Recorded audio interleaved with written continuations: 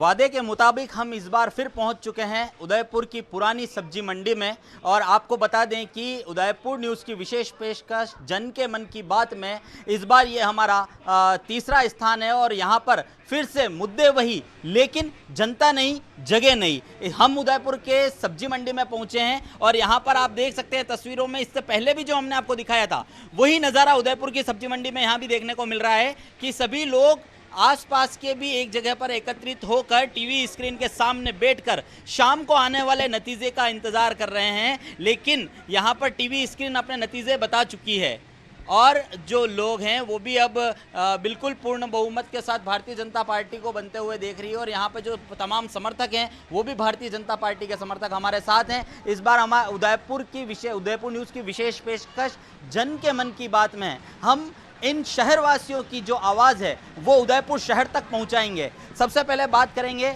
उदयपुर शहर के एक शख्स से और उनसे जानेंगे क्या कहना चाहेंगे उदयपुर को आज के दिन। सर, नाम बताएं अपना। मैं चंचल कुमार अग्रवाल, भारतीय जनता पार्टी का मीडिया प्रभारी और डॉक्टर मुखर्जी मंडल का अध्यक्ष। सर, आपका बहुत बहुत स्वागत है उदयपुर न्यूज़ में। क्या कहना चाहेंगे आज के दिन उदयपुर शहर की जनता से? मैं उदयपुर की शहर की जनता का बहुत बहुत आभार व्यक्त करना चाहूँगा।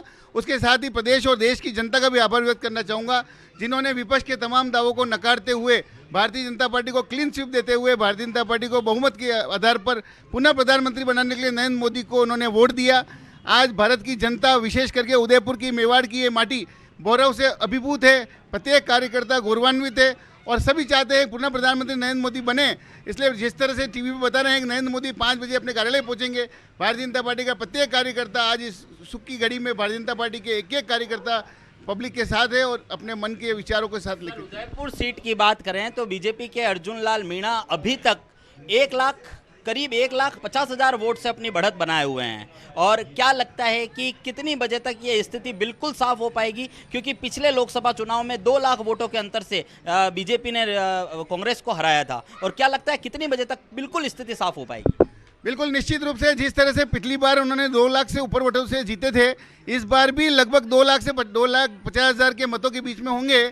अभी चुनाव की गिनती चल रही है। मत की गिनती के अनुसार मेरे हिसाब से मुझे जो लगता है कि हमेशा मेरे को बैठने का अनुभव है, लगभग 2:30-3 बजे, 3:30 बजे के आसपास तक स्थिति क्लियर हो जाएगी और अर्जुन लाल मीणा निश्चित रूप से 2.5 लाख के आसपास करीब वोटों से जीतेंगे।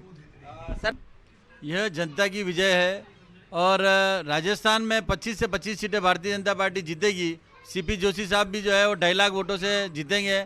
ये हमारा संपूर्ण मेवाड़ का विजय है और सारी जनता जो है वो भारतीय जनता पार्टी के साथ में है। जिस प्रकार के रुझान आ रहे हैं, नरेंद्र मोदी के नेतृत्व में एनडीए की सरकार बनने जा रही है। संपूर्ण भारत की जनता ने नरेंद्र मोदी के ऊपर विश्वास व्यक्त किया है। चौकीदार चोर का जो नारा है, गब्बर सिंह टैक्स का जो नारा है, वह फेल साबित हुआ है और जनता ने बताया कि पप्पू के अंदर जो है बिल्कुल उसके नेतृत्व का अभाव है और नरेंद्र मोदी के नेतृत्व को जनता ने स्वीकार किया है।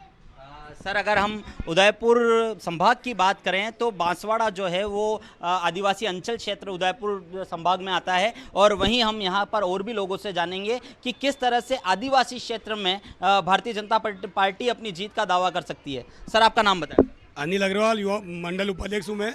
और बांसवाड़ा में जो आप बोल रहे हो कि अंचल का एरिया आता है, लेकिन हम ये कहना चाहता हूँ कि हमारे राजस्थान में 25 की 25 सीटें आएगी और कहने से कुछ नहीं होता है। नरेंद्र मोदी का जलवा है और ये जादू की छड़ी ये चलने वाली है और कांग्रेसों को ये पता पड़ जाएगा कि ये 350 क्रॉस करके बताएंगे और 325 बीजेपी से आएगी क्लियर।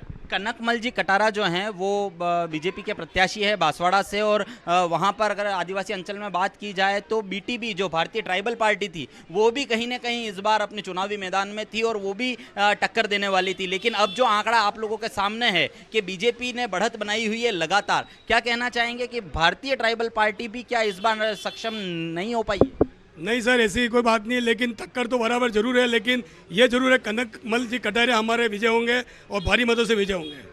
तो देखा आपने उदयपुर न्यूज़ की विशेष पेशकश में कि जन के मन की बात हम उदयपुर के तमाम लोगों तक पहुंचाने का प्रयास कर रहे हैं। पल पल की खबर, अभी तक के सभी अपडेट। आपको बता दें कि उदयपुर से अर्जुन लाल मीणा अभी करीब 1,51,000 वोटों से अपनी बढ़त बनाए हुए हैं। वहीं रघुवीर मीणा को इस आंकड़े को पार करने में काफ़ी मशक्कत करनी पड़ सकती है। पिछली बार की बात करें तो 2 लाख वोटों के अंतर से बीजेपी के अर्जुन लाल मीणा ने इस सीट पर अपना कब्जा जमाया था। उदयपुर के कुछ और लोग भी हमारे साथ हैं, उनसे भी जानेंगे क्या बात उदयपुर की शहर की जनता से करना चाहेंगे। सर, स्वागत है उदयपुर न्यूज़ में आपका।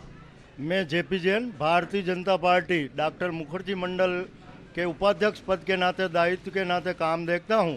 वर्तमान में जिस प्रकार से भारतीय जनता पार्टी अपने राष्ट्रीय स्तर पर लक्ष्य 300 पार व एनडीए अब की बार 400 पार के लक्ष्य को पार करने के लगभग पहुंच रही है, और जहां तक उदयपुर लोकसभा सीट का बात है, उस पर जिस प्रकार से हमने 1 महीना का 22-23 दिन का समय मिला, उस दरमियान विभिन्न क्षेत्रों से हमारे बूथ स्तर के कार्यकर्ताओं ने जिस प्रकार की रिपोर्टिंग करी है, उससे इस प्रकार का लगता है कि हम इस उदयपुर लोकसभा सीट को लगभग 3 लाख वोटों से अर्जुन लाल जी मीणा जीत जाएंगे।